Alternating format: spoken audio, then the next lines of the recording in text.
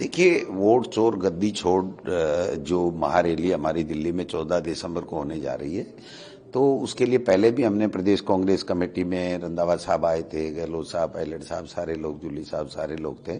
तो वो बैठक हमने बुलाई थी और उसमें एक जिला कांग्रेस कमेटियां और ब्लॉक में और मंडलों में बैठक करने के लिए निर्देश दिए थे।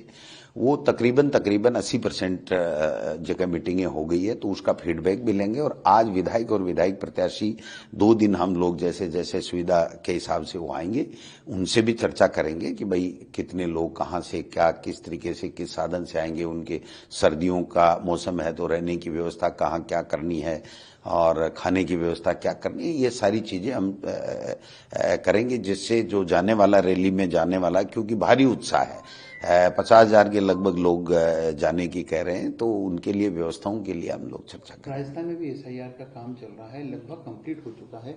किस तरह आपने, चूंकि देखिए, ये बेईमानी पूरे देश में बीजेपी चुनाव आयोग से करवा रही है और यहाँ भी ये करने जा रहे हैं। लगभग 25 से 30 लाख के लगभग वोट हटा रहे हैं।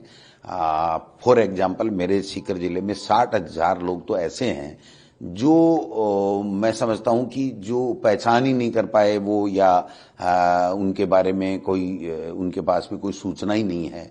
तो आप समझ सकते हैं कि ऐसे कितने जिलों में कितने लोग हैं। 1.5 लाख के लगभग सीकर जिले से वोट कट रहे हैं, यहाँ 25-30 लाख के लगभग वोट कट रहे हैं।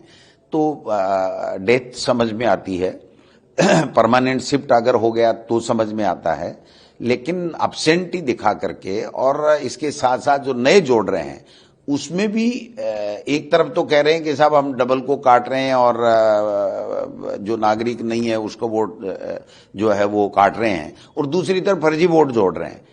जैसा मुझे सूचना मिली है, जालोर में, सिरोही में, इस साइड में जो गुजरात में एसआईआर के अंदर जिनके नाम आ गए उनके नाम भी यहां लिखे जा रहे हैं। तो ये तो बेईमानी है कि साहब जो गुजरात में है वो बीजेपी का अधिकतर वोटर है तो उसका यहां भी नाम रहना चाहिए।